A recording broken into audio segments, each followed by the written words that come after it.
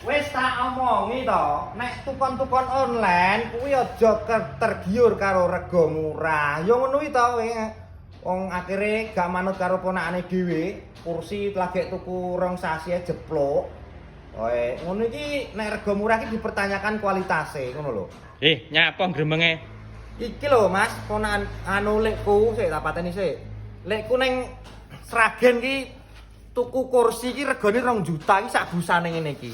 Tipis minggu barang itu. Yo iya mestine wong lagi dilungguhi jeblok e. Oh. Wong ponakane dhewe lho dodol barang apik kaya ngene. Kaya ngene iki? Heeh, iki lho kuat ya, oleh dicoba, ora kok trimo apik saka jabane. Oh. Kualitasnya yo jos. Kuat ya tibane ya. Lah ngene iki lho.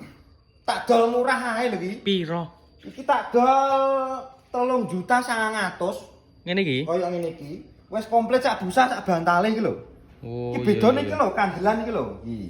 Oh iya. Yo kandelan. Nah sing 3.600.000 kae sing biasa. Biasa. 3.700.000 sing enek lacine. Oh, Lah iki iya. sing kandelan ngono lho. Iya. Dadi saiki tukon-tukon online anu Mas ya.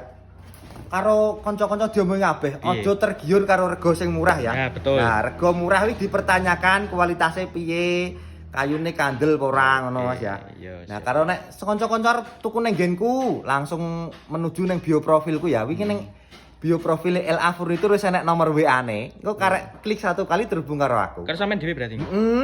Oh, njaluk request model piye iso dilayani ya. Oke. Bayari COD bolo. Lah gratis ongkir pura? Gratis ongkos kirim neng seluruh area Jawa Timur, Jawa Tengah, Madura, Yogyakarta ya. Oke.